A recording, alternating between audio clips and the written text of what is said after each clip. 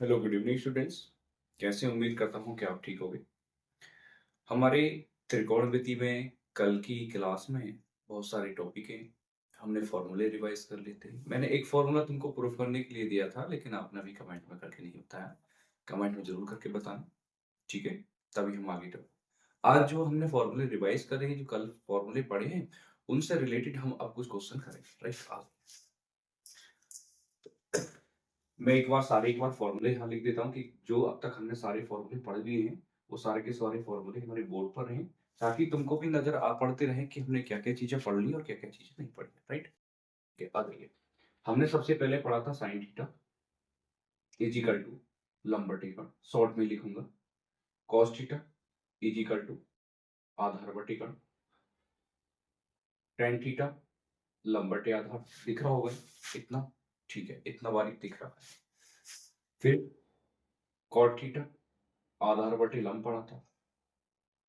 Sec theta पढ़ा था कर्ण बटे आधार।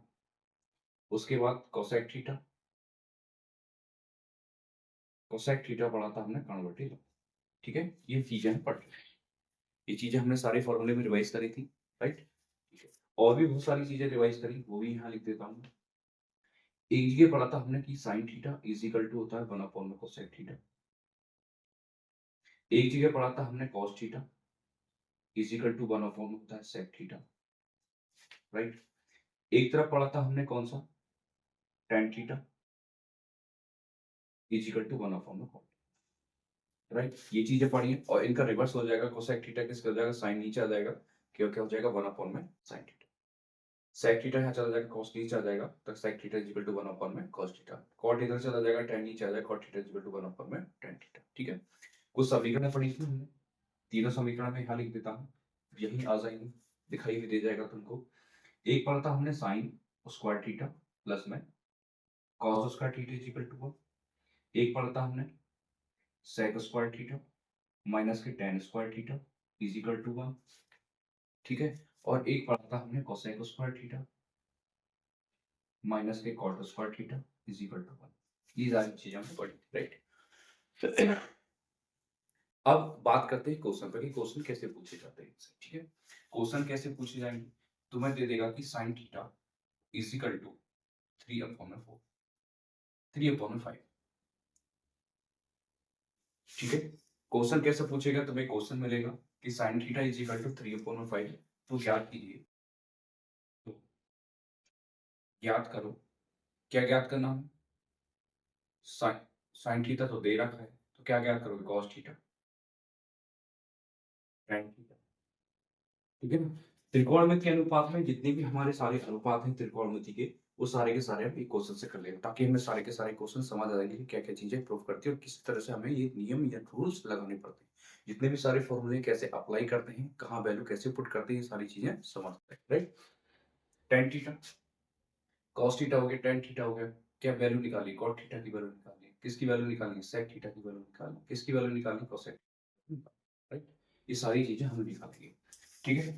नेक्स्ट, अब देखिए, साइन थीटा हम जानते हैं किसके, साइन थीटा होता है किसके बराबर? लंबवत थीटा के बराबर। ठीक है? दिख रहा है? साइन थीटा किसके बराबर होता है? लंबवत कोण के बराबर। ठीक है, अब दिख रहा होगा साइन थीटा किसके बराबर होता है? लंबवत कोण के बराबर। तो यहाँ साइन थीटा बराबर होता है लंबवत कोण। ठीक है, किसके बराबर होता है? लंबवत कोण के, right?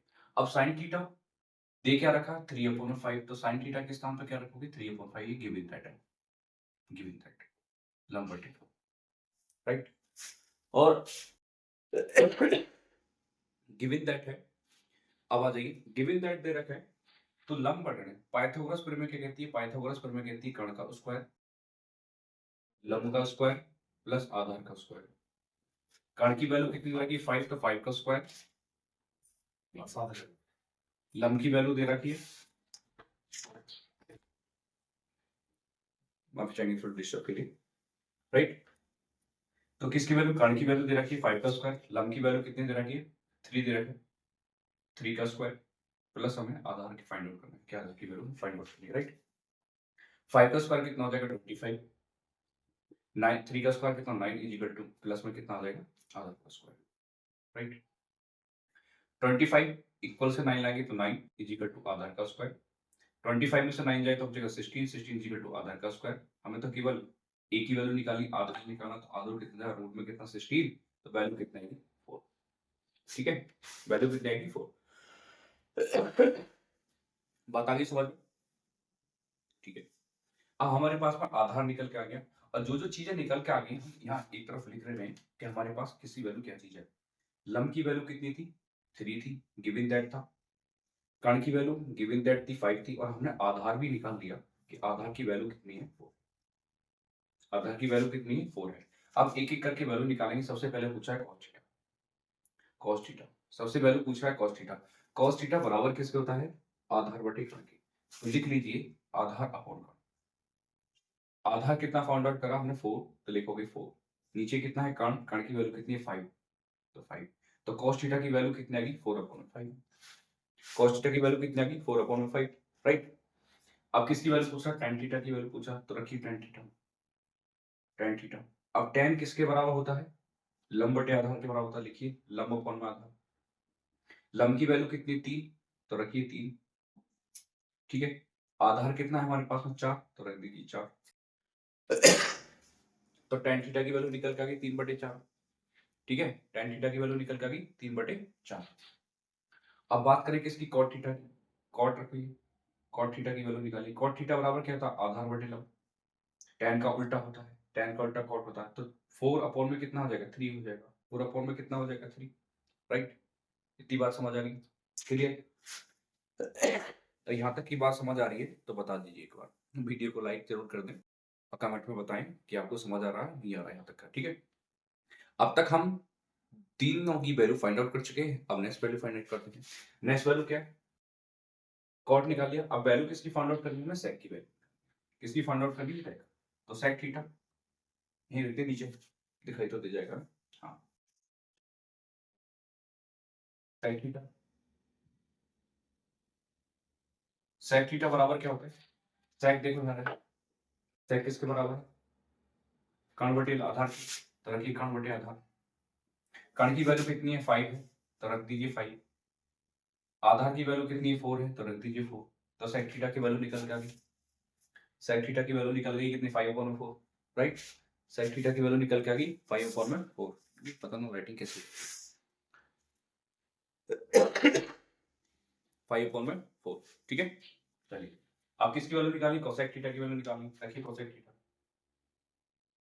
Cosec theta. Cosec theta किसके बराबर होता है, कण बटे लंब के बराबर होता है। रख दीजिए कण बटे लंब, कण बटे लंब।